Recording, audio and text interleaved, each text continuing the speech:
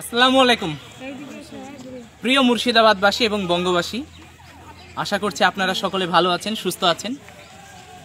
আমরা মুর্শিদাবাদ জেলার নওদা ব্লকের ত্রিমোহিনীর ওয়েস একাডেমির কিছু শিক্ষক শিক্ষিকা এবং ওখানকার আমাদের ছাত্রছাত্রীদেরকে নিয়ে আমাদের প্রিয় শহর মুর্শিদাবাদ, সেই মুর্শিদাবাদের ঐতিহাসিক যে কাটরা মসজিদ রয়েছে সেই কাটরা মসজিদে আমরা কিছু ছাত্রছাত্রীদেরকে নিয়ে এসেছি।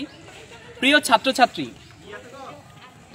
বাংলার স্বাধীন নবাব মুর্শিদ কুলি খাঁ 1723 সালে এই প্রিয় কাটরা মসজিদ নির্মাণ করেন। এই কাটরা মসজিদ নির্মাণ করেছিলেন উনি। সেই সময় এই কাটরা মসজিদ ছিল তৎকালীন যে মোগল যুগের পরবর্তী সময়ে যেটা শুরু হচ্ছে, বাংলার স্বাধীন নবাব যে সূচনা হয়েছিল বংশের, সেই বংশের এক অন্যতম স্থাপত্য এটা। মসজিদের চারিদিকে যে মিনারগুলি রয়েছে এগুলো একসময় প্রহরী থাকতো, এখানে পাহারাদার হিসেবে এটা ব্যবহার করা হতো, প্রহরী থাকতো।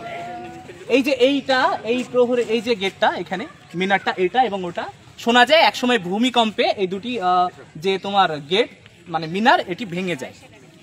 এছাড়াও এই যে কারুকার্যগুলো যেগুলো আছে, এই যে তোমার চুন সুরকি এবং পোড়া ইট দিয়ে সেই সময় সুলতানি এবং মুঘল যুগের যে কারুকার্য, সেই কারুকার্য দিয়ে এই কাটরা মসজিদ নির্মাণ করা হয়।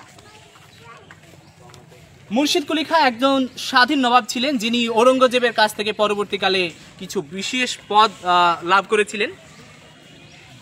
1717 সাল থেকে 1727 সাল পর্যন্ত স্বাধীনভাবে মুর্শিদ কুলি খাঁ এখানে শাসন কার্য পরিচালনা করেছিলেন।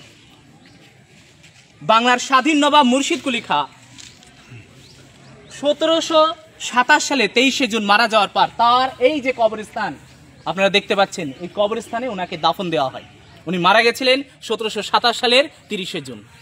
তো আমরা এই ঐতিহাসিক কাটরা মসজিদে আছি। প্রত্যেকটা ইতিহাসপ্রিয় মানুষের কাছে এই ঐতিহাসিক কাটরা মসজিদের গুরুত্ব সত্যি অপরিসীম। একসময় এই মসজিদে 2000 লোক একসঙ্গে নামাজ আদায় করতে পারতেন। তো মুর্শিদ কুলি খাঁ এখানে কোরআনের যে হাফেজ ছিল তাদের জন্য এই যে ছোট ছোট ভিতরে যে জায়গাগুলি রয়েছে ওখানে থাকার জন্য ঘর নির্মাণ করেছিলেন। তো আমাদের প্রিয় মুর্শিদাবাদ শহর, সেই শহরে আমরা রয়েছি। আমাদের সঙ্গে থাকবেন, পরবর্তী পর্যায়ে আবার আপডেট দেবো। আসসালামু আলাইকুম।